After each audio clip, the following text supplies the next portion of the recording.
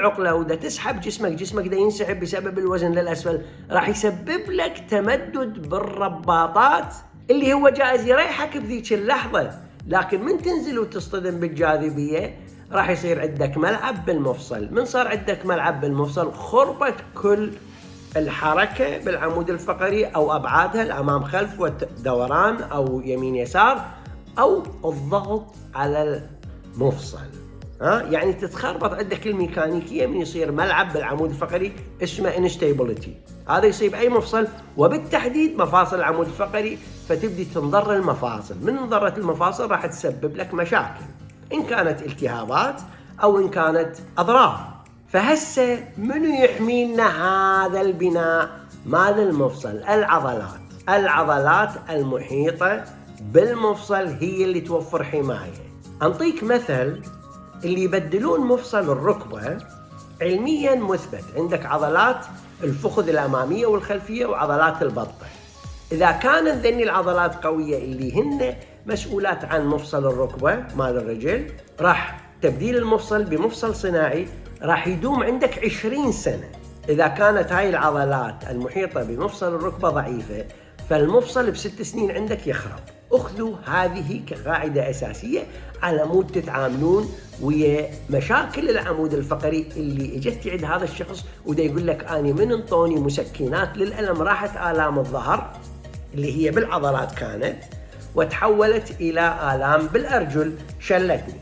هسه هنا الحماية اللي صايرة للعمود الفقري من خلال العضلات راحت موتتها بالمسكنات، ارتخت العضلات، فقدت الإحساس، فقدت وظيفتها، نزل العمود الفقري، افترت الفقرات بسبب الملعب الموجود بالعمود، قام تطخطخ عندك الأعصاب، نزلت على الرجلين، اتخربطت وضعية الأعصاب بالرجلين. يعني أنت من صارت عندك آلام بالظهر من الأحسن أن تروح تكشف ليش صارت وأوقع على العلة، بالضبط على العلة، وأتخلص من المشكلة التي هي السبب. أروح على السبب، أنا ما أعالج الأعراض، أنا أروح أكشف السبب وأتخلص من السبب تختفي الأعراض. إذن نرجع ونقول بنفس الوقت مشاكل العمود الفقري 84% هي غير مرضية، لكن ممكن أنت تخلق منها مرضية إذا ما عرفت شلون تتعامل وياها وأن توقع على العلة. من توقع على العلة وراح تعرف أول شيء بالك راح يطمئن. أنا اليوم جاني هم شخص قال لي دوخوني، دخت، ما خليت نوع من الأدوية والمسكنات ما أخذته، بس وضعيتي جت تصير أسوأ ونفسيتي صارت أسوأ. الألم اللي عندك بالجسم فيزيائي شعور، إذا أنت ما سيطرت عليه ورحت لشخص سوالك تشخيص خاطئ الألم راح يتضاعف عندك.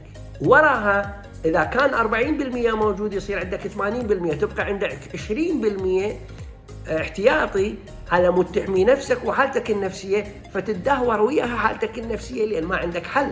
شنو الأسهل من هذا كله؟ أجي أكشف المسببات وحاول أتخلص منها تدريجيا وبهدوء، وأعرف هل المشكلة هي اجتني بالولادة، لو اجتني بفترة النمو البلوغ، أو اجتني بعدين من أنا قمت أشتغل وقمت أتعب ووقعت أو كذا أو صار عندي حادث أو تمرضت. وعلى هالأساس تبدي توقع على العلة مالتك وتقوم جسمك ضد كل هاي المشاكل وتخلص منها. ترى أخوان ماكو مشكلة ما لها حل، وبالنهاية راح تستغربون إيش قد حل مشكلة العمود الفقري بسيطة إذا عرفت المسببات.